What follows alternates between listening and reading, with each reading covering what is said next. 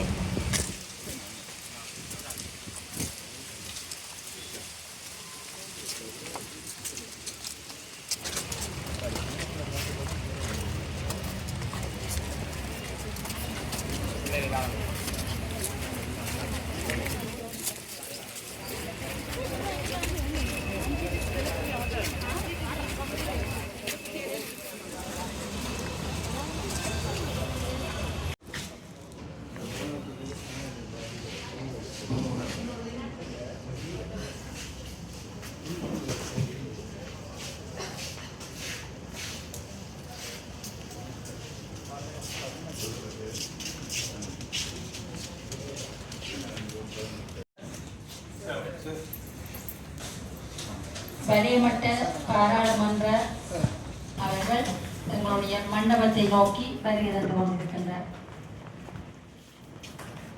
තවමත් ආශ්චර්යමත් දෙලොස් විශේෂ බෞද්ධ දෙවීමේ එසේ නම් අද දින පැවැත්වෙන සුවිශේෂී අවස්ථාවට අපගේ ආරාධිතයන් පැමිණෙමින් සිටිති.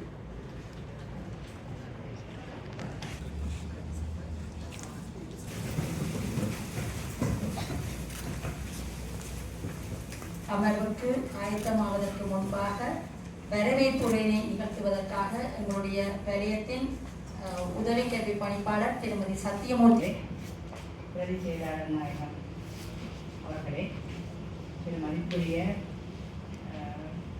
பிரதி கல்வி பணிப்பாளர் அவர்களே, ගෞරව කිරීමේ අවස්ථාව අපේ නියෝජ්‍ය අධ්‍යාපන අධ්‍යක්ෂක ගරු අමල් රාජ්‍යතුමාටයි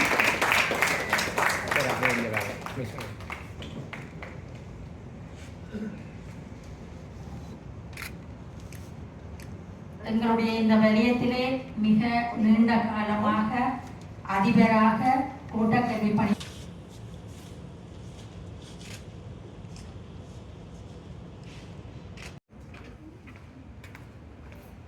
நிலையத்தின் மாணவ மாணவியருக்கு சனநாயகம் தொடர்பான நடைமுறை அனுபவங்களை பெற வாய்ப்பளித்து சட்டத்தின் ஆதிபத்தியம் மற்றும் வாக்களிப்பதின் முக்கியத்துவத்தையும் உரையாடல்கள் இணக்கப்பாடுகள் ஏனையோரின் கருத்துக்களை செயல்படுத்தல் மற்றும் மதித்தல் தொடர்பாகவும் மனப்பாங்கு விருத்திக்கு சந்தர்ப்பங்களை விரிவுபடுத்தி எதிர்கால பிரஜைகளை பாடசாலை மாணவருக்கு அவர்களது சமூகத்தில் அனுபவிக்கும் எதிர்கொள்ளும் சமூக பொருளாதார மற்றும் பண்பாட்டு பிரச்சனைகள் தொடர்பாக வெளிப்படையாக உரையாடியும் கலந்துரையாடியும் அவர்களது அறிவை விரிவாக்கியவாறு தாம் அனுபவிக்கும் அல்லது எதிர்நோக்கும் பிரச்சனைகளுக்கு தீர்வுகளை பிரேரித்து உரையாடல்கள் மூலம் இணக்கப்பாடுகளை எட்டி தமது சக்திக்குட்பட்ட வகையில் நாட்டுக்கு சேவை செய்வதற்கு சந்தர்ப்பங்களை விரிவுபடுத்தி பரந்துபட்ட தேசிய குறிக்கோள்களை இலக்காக கொண்டு இலங்கை பாடசாலை முறையில் ஸ்தாபிக்கப்படும் மாணவர் பாராளுமன்ற வேலை திட்டத்தின் கீழ்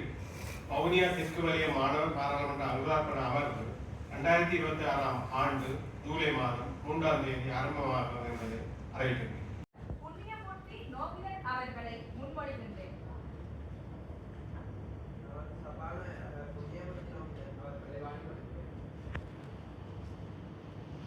சபாநாயகராக செயற்படுவோம்.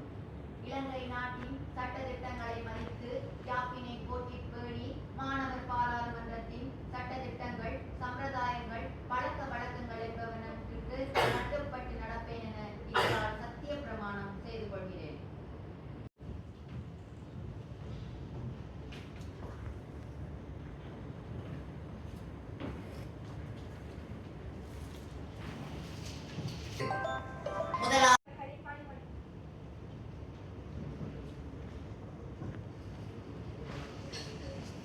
கல்வி வலயத்தின் மாணவர் பாராளுமன்றத்தின் சபை முதல்வர் எனவும் இலங்கை நாட்டின் பிரஜை என்ற வகையில் நான் அரசாங்க விதிமுறைக்கு அமைவாக நடந்து மாணவர் பாராளுமன்ற சட்ட திட்டங்களையும் மரபுகளையும் மதித்து செயல்படுவேன் என உறுதி கூறுகின்றேன்.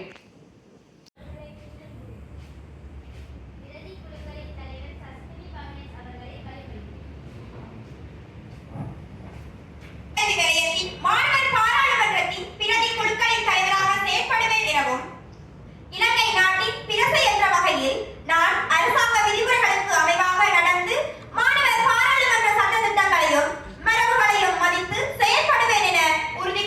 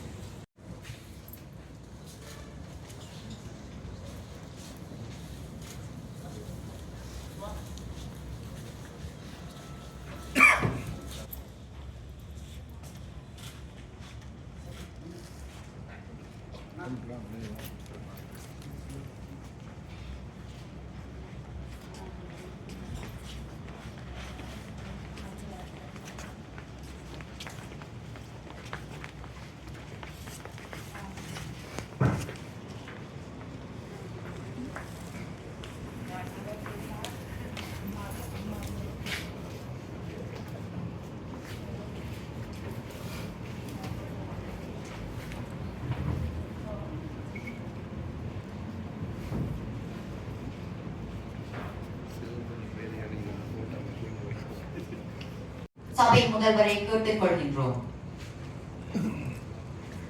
மாணவர் பிரதிநிதிகளாக செயற்படுவோம் எனவும் இலங்கை நாட்டின் பிரஜை என்ற வகையில் நாம் அரசாங்க விதிமுறைகளுக்கு அமைவாக மாணவர் பாராளுமன்ற சட்ட திட்டங்களையும் மரபுகளையும் மதித்து செயற்படுவோம் எனவும் உறுதி கூறுகின்றேன்.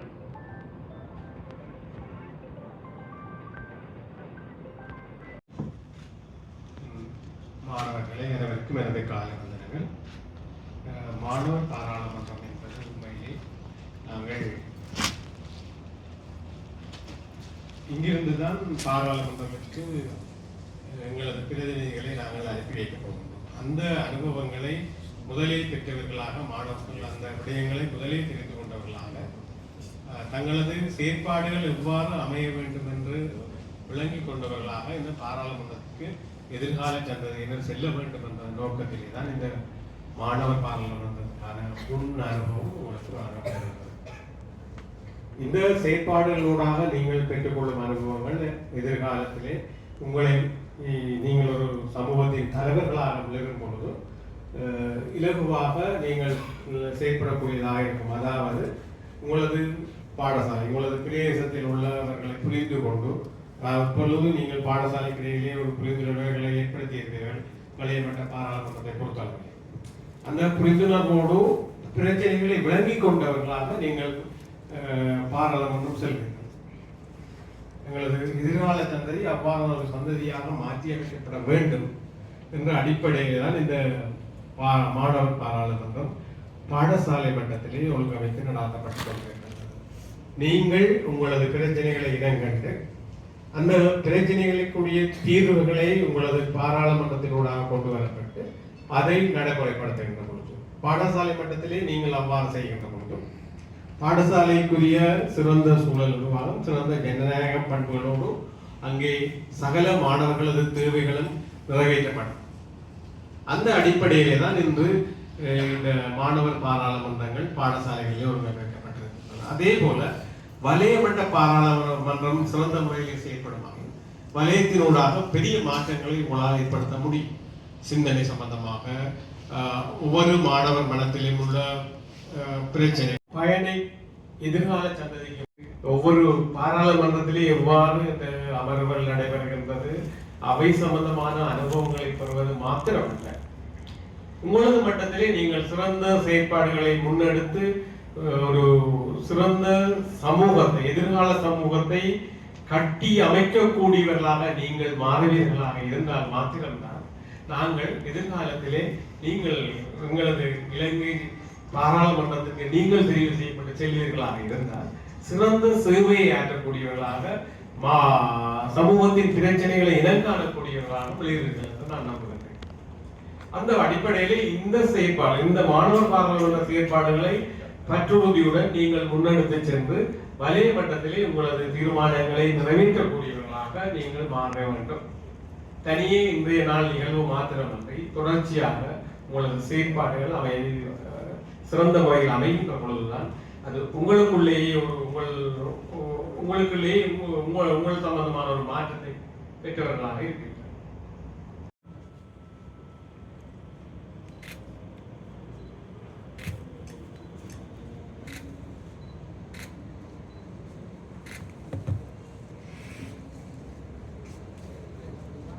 அப்படியே தண்ணியே போக முடியல, தண்ணியில் போய் டீயை குடிக்கும். டீச்சர் சொல்லுங்க. சரியா?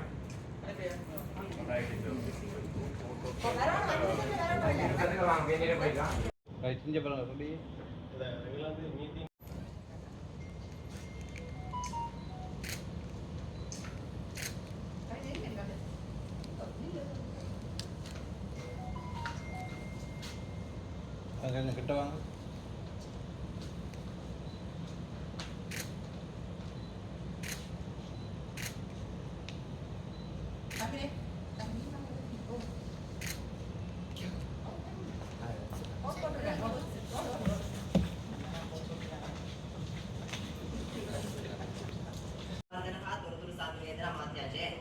ප්‍රථමයෙන් මා මේ තනතුර සඳහා තෝරාපත් කරගත් ඔබ සියලු දෙනාට මාගේ අතිපිරි ස්තුතිය පුද කර සිටිනවා. මාහට ලැබී ඇති තනතුර මගින් මා පාසල තුල අප ශිෂ්‍ය පාර්ලිමේන්තුව හා එක්ව මේ වන විට ක්‍රියාකාරකම් සිදු කරමින් පවතිනවා. ඒවාට සමගාමීව අප පාසල තුල මාධ්‍ය ඒකකයක් මේ වන විට විධිමත් අයුරින් ක්‍රියාත්මක වෙනවා. සෑම දිනකම පාසල ආරම්භ කිරීමට පෙර පැයක පමණ කාලයක් අප පාසලේ මාධ්‍ය ඒකකය ප්‍රවර්තනවා. அபிவிருத்தியின் அமைச்சர் பவின் பிரசாத் அவர்களை தனது கண்ணியுரையினை ஆற்றுமாறு அழைத்து நிற்கின்றோம். நாயகர், பிரதமர், அமைச்சர்கள் மற்றும் ஏனைய உறுப்பினர்களுக்கு எனது அவை வணக்கத்தை தெரிவித்துக் கொண்டு வலய பாராளுமன்றத்தில் என்னை விவசாயத்துறை அமைச்சராக தெரிவு செய்த அனைவருக்கும் முதல்ல நன்றி தெரிவித்துக் கொள்வதும், விவசாயத்துறை அமைச்சராக நான் எனது கடமையையும் பொறுப்புகளையும் ஆளுமையுடன் சரிவர நிறைவேற்றுவேன் என உறுதி கூறுகின்றேன்.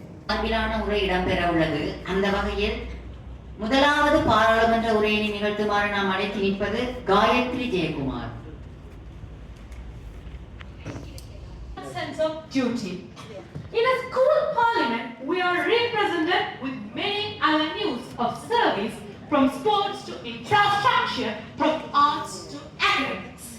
However, my administrative firmly believe that all academic progress is meaningless if the children under our care are not secure.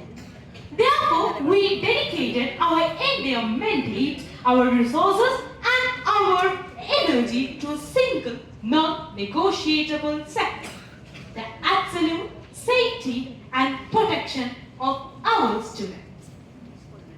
Let us look closely at the ground reality of our Sri Lankan school network. The threat to a student's well-being does not begin when the morning bell rings. It begins the very moment a young child leaves their home and steps onto the chaotic, fast-moving and highly unpredictable roads leading to our school gates. Every single day, hundreds of innocent children face the hazards of restless traffic. We recognize that student safety cannot be left to chance, or nor cannot it be treated with passive indifference. To combat this, our school parliament took immediate, decisive and structural action. We did not wait for an accident to happen to spark our concerns. We engineered prevention. We systematically restructured our school's entire arrival and security. Honorable Chairperson, safety is not a one-time project that we can complete and forget. It's a continuous promise. It is requires constant vigilance, unwavering discipline and protective leadership. By securing our hazardous roads and fortifying our internal campus, we have transformed our institution into a true haven for education. We submit this structural achievement to the Zonal Education Office today, not merely as a report of our past work, but as a proven blueprint of what student governance can achieve when driven by a clear purpose. We have proven that when you empower student parliamentarians, we do not just debate policy, we actively protect human lives. Thank you for the opportunity. தனது முதலாவது பாராளுமன்ற உரையினை வழங்கிச் சென்ற காயத்ரி ஜெயக்குமாருக்கு நன்றியை தெரிவித்துக் கொண்டு தொடர்ந்து கன்னி அமைப்பின் பாராளுமன்ற உரையினை நிகழ்த்துமாறு நாம் அழைத்திருப்பது மிமி ஷாலினி.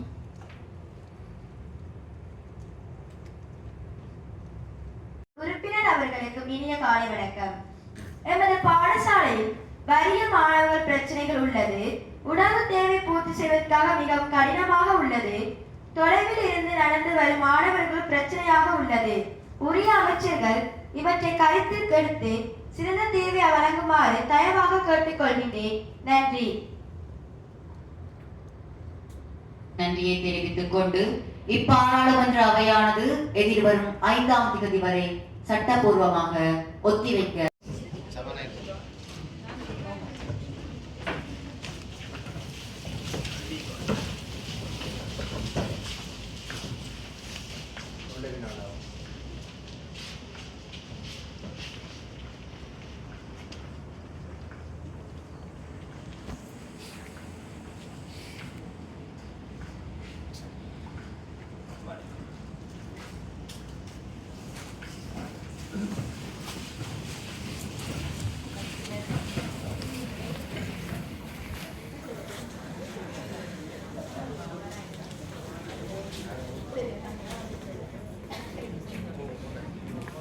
தொடர்ந்து இன்றைய எமது இந்த நிகழ்வு தொடர்பான நன்றி உரையினை வழங்குவதற்காக කැමතිවරු ඒ කෙනෙක්ට ඒ කාර්ය බාර දුන්නා නම් එයාලා එතකොට ශිෂ්‍යෝ ටිකක් නේද එකතු කරගෙන ඒක සුද්ධ කරා නම් අපේ සමාජයට මේක ලොකු හොඳ දෙයක් වෙනවා. ඒ වගේම අපේ පරිසරය සුද්ධ වෙන ලස්සනයි. තවත් සෞඛ්‍ය පැත්තත් අපගේ හොඳ තත්යකට එනවා. ඩෙන්ගු අර මේකේ ප්‍රශ්න ඔක්කොම නැති වෙලා යනවා. ඒ හින්දා ඒ කාර්ය අද ඉඳලා පුතාට ගමේ ඉස්කෝලේ හරි சொல்லுங்க சார் இப்போ இருக்கிற நிலைமையை போட்டோ எடுத்துட்டு பிறகு செய்தால் ඒ වගේම සර් කියනවා දැන් ඒ ස්ථානයේ තියෙන විදිහටම ෆොටෝ එකක් අරගෙන ඊට පස්සේ ඔයාලා ඒක සුද්ධ පවිත්‍ර කරාට පස්සෙත් ඒකේ ෆොටෝස් ටිකක් ගන්න කියලා. එහෙම අරගෙන දෙන්න. இதுல இப்ப அந்த காமினி மகாவித்யாலய பாராளுமன்ற உறுப்பினர்கள் இதை முன்னெடுப்பார்கள். இதுக்கு நாங்கள் எங்களுடைய ஏனைய பாராளுமன்ற உறுப்பினர்கள் இணைந்து கொள்ள விரும்புகிறோம். அவையுடைய அந்த செயற்பாட்டை யாராவது எழுப்புங்கோ. என்னென்ன நாங்கள் மாதிரி பாடசாலைகள் இருக்கிறார்கள்.